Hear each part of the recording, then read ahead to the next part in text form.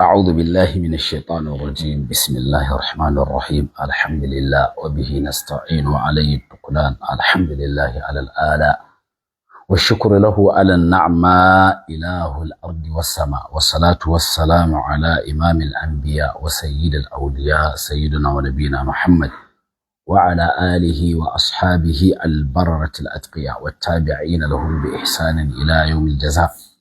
amma ba'du, assalamu alaikum wa rahmatullahi wa barakatuh.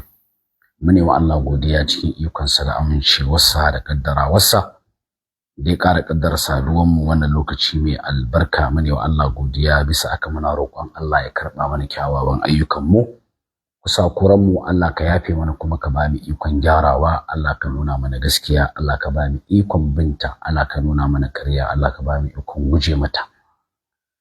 Yan uwa, a gurguje ku yi haƙuri da Allah. Duk wata gaba da muka gani tana nema ta halakar da al'umma dole mu haska, musamman akan qadiyyar da muke tattaunawa, ita ce hadithu ahadin. Kamar yadda na gaya muku, gaskiya ni bana bin pejin dutsen tanshi wallahi. Rabon ma da in ba hanyar pejin wallahi na manta. Amma duk wata gaba da naga wani ya yanke yayi posting cikin waɗanda nake da alaka da su, musamman a TikTok, naga za a halakar da al'umma, tabbas zan fito in yi sharhi, in yi ta'aliki, ba don komai ba saboda ci gaba da ake samu. Akwai waɗanda suna kan wannan harkar, cikin ikon Allah muna haska musu, suka gane, suka dawo daga wannan tafiyar. Kuma ba don komai muke wannan ba saboda abu sunna kai tsaye, ka a ɓata sunnar. Kamar yadda nake faɗi cewa alal haƙiƙa mu muke cutuwa alal haƙiƙa, saboda mu ne muke kutsawa guraren da irin su Malam Sagiru ba sa kutsawa. Mu ne muke tare da waɗanda suke ɗaukan irin fikira ta Malam Sagiru suke cutar da tafiyar sunna. Yanzu an daina wai batun a'a wani ya gane, wani ɗan ɗariƙa ya fahimta, kawai yanzu harka ake ta hayaniya, ta zage-zage, ta tashanci da sunan da'awar sunna, musamman a TikTok. Jahili zaka gani ko baki bai iya ja ba, amma ya zo ya ɗau irin tunani na irin su Malam Sagiru, ya kafirta ƴan uwansa ahlus sunna, ya badda'a su, ya ci mutuncin kowa, ya zagi kowa, wai da nufin shi yake da'awa. Sannan kuma akwai wani abu da awam suke ruɗuwa da shi, wannan kuma jahilci ne. Dukkanin wani wanda zaka ga ya jinjina wa wani jahili wai dan yana fitowa ya zagi wani shugaba, to wannan wawa ne. Wato kamar yanda komai in aka ajiye shi a inda ya kamata a ajiye, za a ci ribar da a wasu sunna. Ba daidai bane ka fito ka zauna kana ta aibata shugaba, ba daidai bane. Kuma wannan ba shi ke nuna cewa a'a kai ma ka zama dan madakhila da haka duk abin da shugaba zai yi daidai bane. Ina faɗi kullun aqida ta ahlus sunna aqida ce wasatiyya, aqida ce wasatiyya. Kuma hatta a masail fiqhiyya, a masail ijtihadiyya, fahimta ce wasatiyya, fahimtar ahlus sunna wal jama'a. Haka kuma aqidar su ma aqida ce wasatiyya.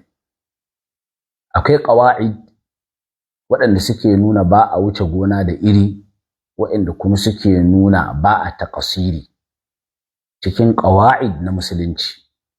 Kamar ƙa'ida mai cewa idza daqa al-amru ittasa'a wa idza ittasa'a daqa. Kaga wannan ƙa'ida ce wacce take nuna kullun ka kasance ala wasat. Idza daqa al-amru, idan al'amari ya matsi, ya kuntata, an gane yayi baya da yawa, aka matsa abu, to ittasa'a, to wannan al'amari sai ya buɗe. Wato idan aka samu matsi sai a sauƙaƙa. Haka kuma wa izat tasa'a, haka in aka samu guluwi ƙetare iyaka, al'amarin ya buɗe da yawa, baqa, sai wannan al'amari sai ya matse. Wato kullum a komai so ake ka zamanto ala wasat. A ɓangaren aƙida ne, ka tsaya akan aƙida ahlus sunna, babu guluwi babu taqsiri. Cikin masail ka kasance ala wasat, kakkai guluwi kuma kakkai jafa'i. Wannan shine harka ta ilimi, wannan kuma shine abin da ilimi ke hukuntawa. Shi yasa dole mu ringa kiran al'umma muna gyarawa.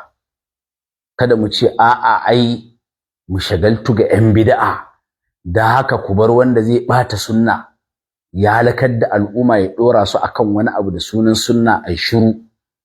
Wannan kuma ba addini bane, kuma wannan ba fahimtar sunna bane. Dole abu sunna yanda ya kamata, dole abu sunna yanda take. Wannan shine ƙa'ida. To da haka zan sa ku ji abin da Malam Sagiri ya faɗi. Wannan ƙiyasin bai hau ba, kuma na fahimci cewa inda aka takura Malam Sagiru, wallahi zai yi abin da zai kai shi zuwa ga yin ridda. Na fahimci in aka matsa shi. Wa iyazu billahi, wani ƙiyasi yayi wanda ba hanya ma, ba hanya ƙiyasin da yayi. Yana ƙiyasta abin da aka gaya wa annabawa, wanda kuma kafirai ne suka gaya musu. Yana ƙiyasta abin da aka gaya wa sahabbai, wanda munafikai ne suka gaya musu, da abin da aka gaya wani jahili. Kaga wannan ai kwata-kwata ba harka bace ta karatu, amma ku bari in sa muku kuji. Wallahi abin ban takeici. Wallahi abin ban takeici.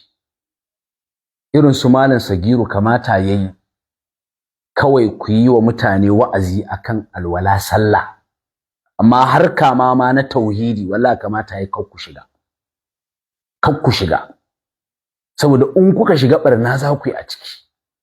Gwara ku tsaya a koya mutane sallah, a koya mutane alwala. Rayuwarku ta zo ƙarshe, Allah ya sa ku cika da imani, amma ku daina kutsawa. Daga ƙarshe ku rasu ku ban mu da aiki. Daga ƙarshe ku rasu ku ɓata sunna. Shi yasa wannan shawara ce, amma ku tsaya ku ji abin da Malam Sagiri ya faɗi. Dole ne mu ringa fitowa mu ne wa al'umma bayani. Ku ɗan yi haƙuri da Allah. Yanzu zan sa muku ku ji abin da Malam Sagiri yake faɗi. Wallahi da naji abin ku, na ji takaici da naji abin. Wallahi ban taɓa sanin cewa Malam Sagiri zai yi wannan kiyasin ba, wallahi sai da naji. In wani ne ya ce min zai kiyasta wani jahili da annabawa, wallahi zan ce ba zai yiwu ba. In wani ne ya ce min zai kiyasta wani jahili da sahabbai, wallahi ba zan yadda ba. Shi yasa nace to dole sai an ba a hankali, in ba haka ba to daga ƙarshe za a zo a yi abin da a faɗi babu nauyi. Allah ya shirye mu duka. Allah ya shirye mu duka. Amma dai abin gaskiya ni yana bani tsoro. Wallahi abin yana bani tsoro. Abin yana bani takeici. Abin yana bani takeici wallahi. Ku yi haƙuri in sa muku. Kai, inna lillahi wa inna ilaihi raji'un. Kai jama'a. Inna lillahi wa inna ilaihi raji'un. Wallahi da naji abun ko sai da na koma na ƙara saurara. Wai shin wannan bayanin da gaske ne Malam Sagiri shi yake yi? To shine nace in muka matsa, shi yasa ni na fara yanke shawara ko dai a kyala Malam Sagiru kawai.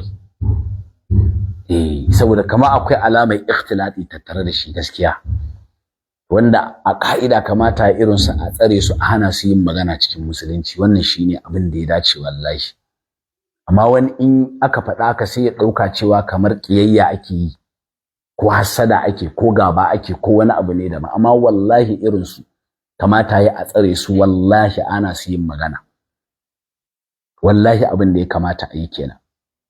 Allah ya kyauta, tsa'in sa muku. kaɗan zan sa